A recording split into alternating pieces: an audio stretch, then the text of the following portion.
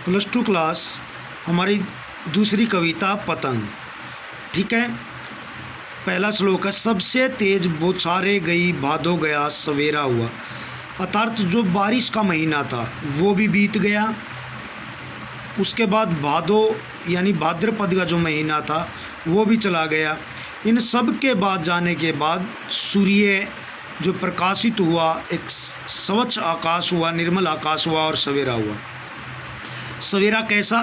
खरगोश की आंखों जैसा लाल सवेरा। जैसे खरगोश की आंखें होती हैं लाल, बिल्कुल उसके जैसा सुनहरा सवेरा हुआ। शरद आया पुलों को पार करता हुआ।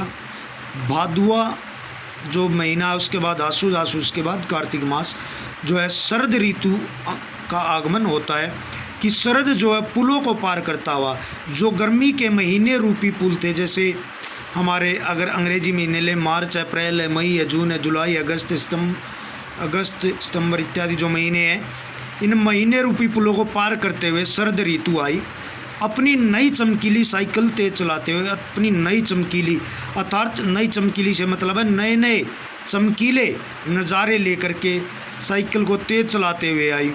घंटी बजाते हुए ज़ोर ज़ोर से घंटियाँ बजाते हुए, अर्थात नाना प्रकार के इशारों से के साथ, चमकीले इशारों से बुलाते हुए कि चमकीले यानी कि विभिन्न प्रकार की क्रियाएं करते हुए, प्रकृति में विभिन्न प्रकार के बदलाव करते हुए, पतंग उड़ाने वाले बच्चों के झुंड को, जो बच्चे पतंग उड़ा रहे थे स्वच्छ आकाश होने पर, उस झुंड को अपने चमकीले इशारों से बुलाते हुए शरद ऋतु आई।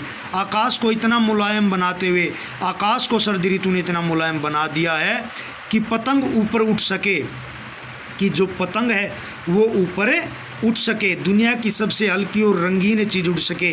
कि पतंग जो है दुनिया की, संसार के अंदर सबसे हल्की और रंगीन होती है, क्योंकि जो पतंग का कागज़ होता है, पेपर होता है, वो रंगीन होता है ताकि वो आकाश में ऊपर तक उड़ सके। दुनिया का सबसे पतला कागज़ उड़ सके, दुनिया का सबसे पतला कागज़ होता पतंग के अंदर, वो उड़ सके। बांस की सबसे पतली कमानी उड़ सके, कमानी अर्थात जिसके आधार पर पतंग बनी हुई होती है। जैसे किसी गाड़ी की धुरी, कमानी अर्थात जिस पर टायर वगैरह लगे होते हैं, धुरे, और उनके ऊपर कमानियाँ होती हैं, वो चीज़ें कि भाई पतंग का जो बेस है, जो पतंग के अंदर दो डंडी स्वरूप लगे होते हैं, वो कमानी उड़ सके। कि सरू ओस के सीटियाँ, कि भाई बच्चों की सीटियाँ जो इतने दिनों से घरों के अंदर बारिश के कारण, गर्मी के कारण घरों के अंदर थे, उनकी सीटियाँ बजें, किलकारियाँ लगें। तितलियों की इतनी नाजुक दुनिया।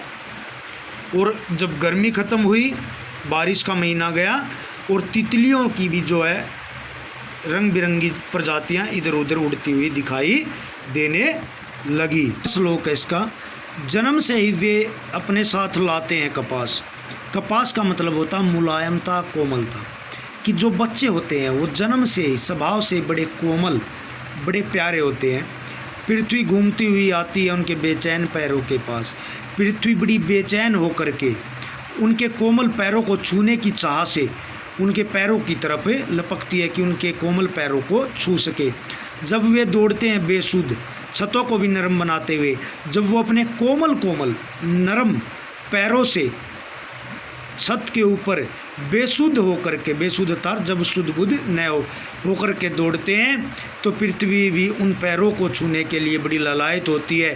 दिशाओं को मृदंग की तरह बनाते हुए जब वो इधर उधर दौड़ते हुए किलकारियाँ लगाते हैं, सीटियाँ बजाते हैं, तो ऐसा लगता है कि उन्होंने सभी दिशाओं को मृदंग की तरह, मृदंग एक वाद्य यंत्र होता, बजाने का यंत्र था, ढोल लगा लो, मृदंग की तरह बजा देते हैं।